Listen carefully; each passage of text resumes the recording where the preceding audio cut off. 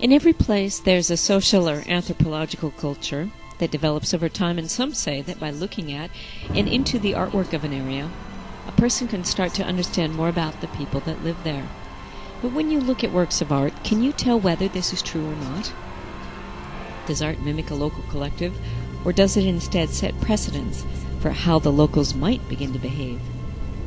The image that we're coming up to is the Fremont Troll. When this was built, Fremont was a dusty little radical hippie community. Not so much anymore, though, due to all the local internet whiz kids. Still, people visit the Troll for special events such as the October Trolloween. The locals see this below the Aurora Bridge behemoth as a representation of the power of the people that lived and live in the area. Another place in Seattle conveys an image that signifies our local environment. At the Edgewater Inn, designers have taken tree trunks and branches and bound them with stainless steel joints and struts. At first, when you look at this combination of natural and man-made, the look is totally out of place. Well, that is until your mind conjures up the stainless steel parts that are used on sea vessels. Those saltwater-resistant machine units must wear well over time, just like the Edgewater has. The big red E, boastfully erected over the Elliott Bay waterfront, holds inside the rough bark tree decor, the smooth and slick brush steel, images of objects and life that one must see around the area, with the salt water just lapping below against its old wooden piers. Even with its somewhat notorious rock star past, this place is a magic mix of old and new, where visitors can come and feel as though they are really in the middle of all that is fine in the great Northwest. The Edgewater is a bold replication of the elements of the area, and their intent is to conjure up a feeling for the weary traveler. The Seattle Federal Courthouse uses a somewhat different approach in the exterior signage, which makes a strong statement as well. The main sign is 1-inch thick stainless steel. The structure is 50 feet long, 30 inches tall at one end, then it shrinks down to 14 inches at the opposite end. The chunk of metal has been rolled as though being peeled off the ground. When we look behind the steel, we find black granite blocks, engraved with the words of the law. On the ground are the same words, but as a reflection of the upper text. The designer's intent was to show how the law, or rules of social personal conduct, are a reflection of society's collective view of values and justice.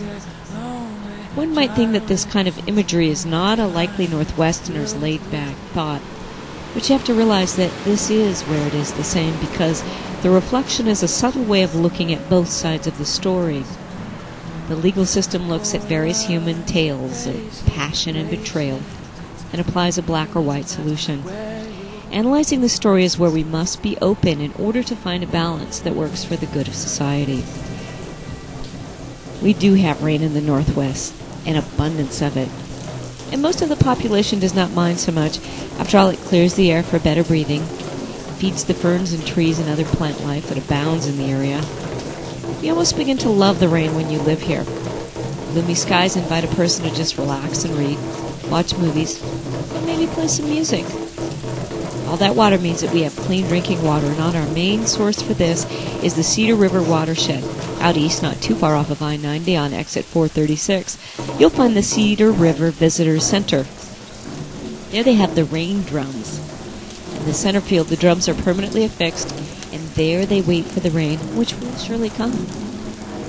The buildings around the courtyard do their part to help hold the sound that the drums make on these rainy Northwest days. It's fun to watch the rain make music. Usually rain just sounds like a background, like that white noise you go to sleep to. But here they conjure up their own kind of rhythm, defying the usual monotony of the wet weather.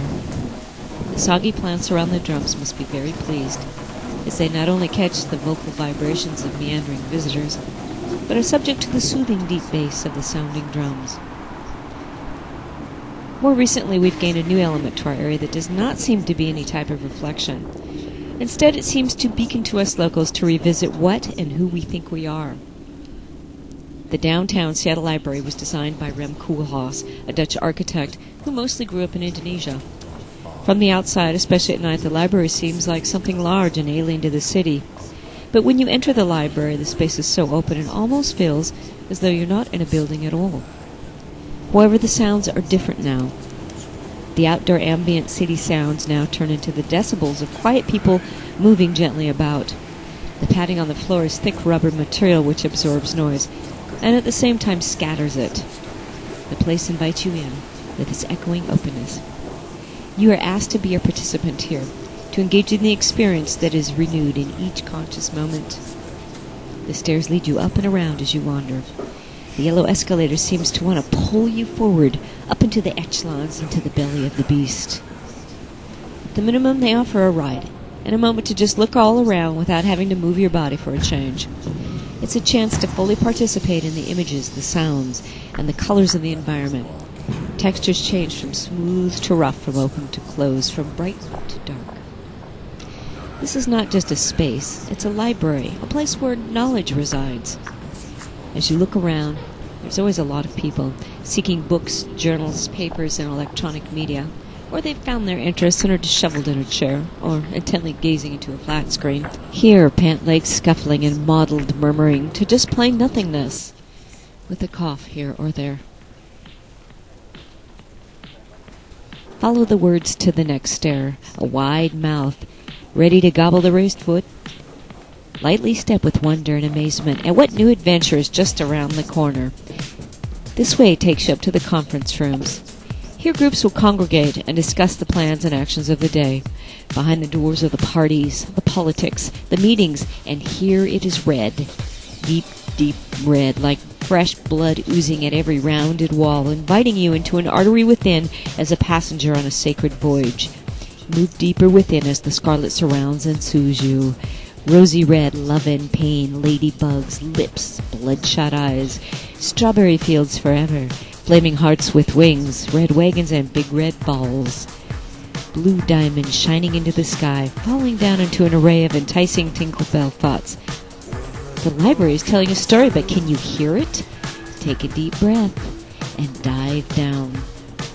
Popping cherries, holly berries, Little Red Riding Hood, Valentine cookies and candy cane drops, ruby red slippers, rolling out the red carpet, red hot chili peppers, shiny, shiny, shiny green apples and lime lollipops, peas in a pod, mint julep on a southern porch with the smell of fresh cut grass slowly wafting by. We're back at the library, an environment where stories and pictures reside. Here is a place that does not reflect, but rather produces new concepts for us as a local culture to explore and experience. Tall book stands are erected side by side, proudly displaying those packages of thoughts and feelings. Knowledge bound, and thought seemingly aloof, but they're very anxious to be found and fondled. Cherry pie and beet red war paint, red hot candy, burning tongues inside Italian racing red hot rods. This is a honeycomb structure that unfolds itself on a laid-back, rainy city. The Seattle Downtown Library is a place that offers us a chance to think of what our stories will be. Look out and imagine anything you want as an originator of thought and deed, setting precedents for those who peer in.